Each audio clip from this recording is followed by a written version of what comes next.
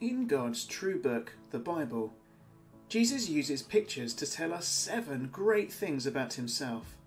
They all start with the words, I am. Here is the 3rd picture. Jesus says, I am the gate. Whoever enters through me will be saved. Now, can you point to the nearest door to you? Where is it? We don't think about doors much, do we? But if you think about it, doors are really useful. In fact, sometimes doors can save your life. Just imagine there was a big fire outside the front door of your house. Oh no! Which side of the door you are on could mean the difference between living or not living. If I am on the outside of the door, then it's likely I won't live very long. If I'm on the inside of the door, then that is good news.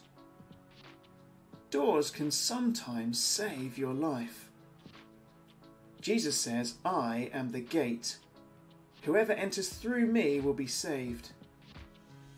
For a sheep, a shepherd holding a gate open for you was really good news. Once that gate was closed, it meant that you'd be safe. You could rest and not worry about bigger animals coming to get you.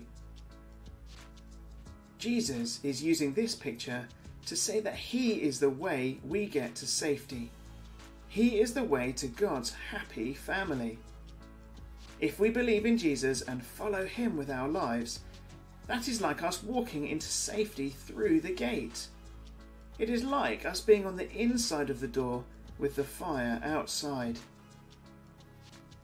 Jesus is saying he is the way we are saved. But saved from what? Now, God's true book says that everyone has done wrong things, which make God sad and rightly angry. Those wrong things have blocked us from God. That is bad news.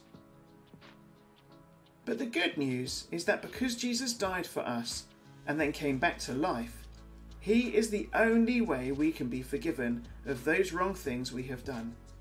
He is the door that leads us to God.